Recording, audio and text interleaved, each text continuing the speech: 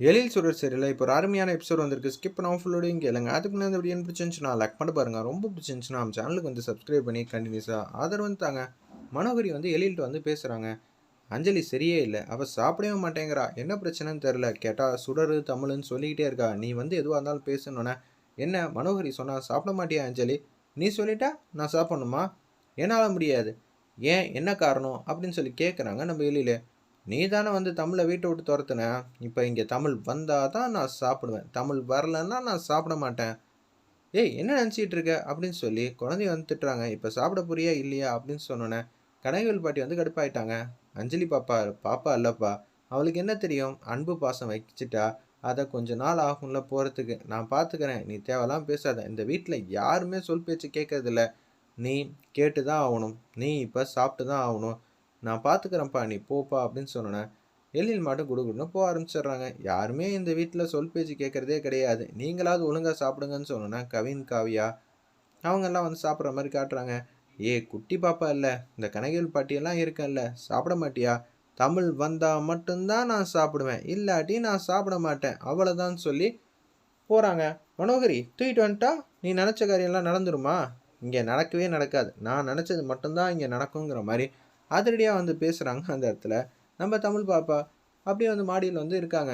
ஒரு பக்கம் வந்து தமிழை வந்து காட்டுறாங்க. ரொம்ப சோகமாக இருக்காங்க. எப்படி இருந்தாலும் அபி, காவியா எல்லாரும் வந்து புரிஞ்சுக்கிற வயசில் தான் இருக்காங்க. ஆனால் கண்டிப்பாக அஞ்சலி பாப்பா என்ன இல்லாமல் நினச்சி கூட ஒரு நாள் கூட பார்க்க முடியாது. கண்டிப்பாக சாப்பிட்ருக்க மாட்டா.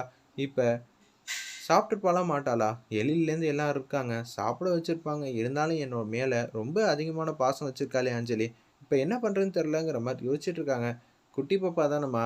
அந்த பாப்பா உன் மேலே வந்து அளவு கடந்த அன்பு பாசம் வச்சுருக்காங்க. ஆனால் வீட்டில் இருக்கிறவங்க எல்லாம் தப்பாக தானே புரிஞ்சுக்கிறாங்க. விடுமா உன் அருமை கூடிய சீக்கிரம் அவங்களுக்கெல்லாம் தெரிய தான் போகுது. நீ இல்லைன்னா அங்கே எதுவுமே ஓடாதுன்னு புரிஞ்சுக்கக்கூடிய காலம் வரதான் போகுது. நீ எதுக்கும் கவலைப்படாத. அதுக்கப்புறம் அந்த வேலைக்கு நீ போகணுமா வேணாமா நீ தான் வந்து யோசிக்கணும். அஞ்சலி பாப்பா இல்லைனா இதுவே ஒரு நல்ல சந்தர்ப்பம் தான். நான் மட்டும் அந்த வீட்டை விட்டு வெளில வந்தது. அது எனக்கு எந்த பிரச்சனையும் இல்லை. ஆனால் அஞ்சலி பாப்பா இருக்கிறனால தான் என் மனசு கொஞ்சம் லைட்டாக வந்து வருத்தமாக இருக்குங்கிற மாதிரி பேசிகிட்டு இருக்கப்ப மழை வந்து பெய்ய ஆரம்பிச்சிருது அந்த இடத்துல. என்னது மழை வந்து பெய்யுதே, இப்போ என்ன பண்ணுறதுங்கிற மாதிரி யோசிச்சுட்டு இருக்காங்க அந்த இடத்துல. நம்ம அஞ்சலி பாப்பா ஒரு பக்கம் மனோகரியும் செல்வியும் வந்து கேவலமாக திட்டம் போடுறாங்க. அஞ்சலி எப்படி இருந்தாலும் வந்து தமிழை வந்து கூட்டிகிட்டு வரது தான் பாப்பா. அவள் பேர் தமிழோ சுடரோ 2 பேருமே எனக்கு சுத்தமாக வந்து பிடிக்கவே இல்லை. ஆமாம் மேடம், உங்களுக்கு எப்படி பிடிக்கும்? இத்தனை வருஷம் நீங்கள் செய்ய முடியாத விஷயத்த 22 நாளில் அவள் வந்து செஞ்சிட்டாள்ல அப்படின்னு சொல்லும்போது திருப்பி கன்னத்திலே பொலிச்சுன்னு அடிக்கிறாங்க. நீ என்ன அவளை வந்து வெகுவாக வந்து புகழ்றியா? அதுவும் ஏன் முன்னாடி? மேடம் அவ்வளோ ஆணித்தனமாக நங்குற மாதிரி நச்சுன்னு இந்த குடும்பத்தில் பிடிக்க முடியாத அளவு இருந்தவங்கள நீங்கள் தானே பிரிச்சிங்க. அதை சொல்ல வரதுக்குள்ளே இப்படி பண்ணிட்டீங்க. அப்படியா? சரி சரி. ஆனால் அஞ்சலி பாப்பா இப்போ நடந்துக்கிற விதம் சரியில்லை. எழிலேருந்து எல்லாரும் மாறிடுவாங்கன்னு நினைக்கிறாங்க அஞ்சலி பாப்பா. ஆனால் அஞ்சலி பாப்பா பிடிவாதம்லாம் எனக்கு மட்டும்தான் தெரியும். ஒரு விஷயம் வேணும்னு முடிவு பண்ணிட்டா அது கடைசி வரைக்கும் போராடுவா அப்படின்னு சொல்லிடுறாங்க. குட்டி பாப்பா தானே, காலையில் எப்படி இருந்தாலும் பசிக்கும், சாப்பிடாமலாம் இருக்க முடியாதுங்கிற மாதிரி மனோகரி வந்து யோசிச்சுட்டு அப்படியே தூங்க ஆரம்பிச்சிடுறாங்க. யாருமே இல்லையே தமிழ், மழை பெஞ்சா எனக்கு பிடிக்காதுன்னு உனக்கு தெரியும் இல்லை?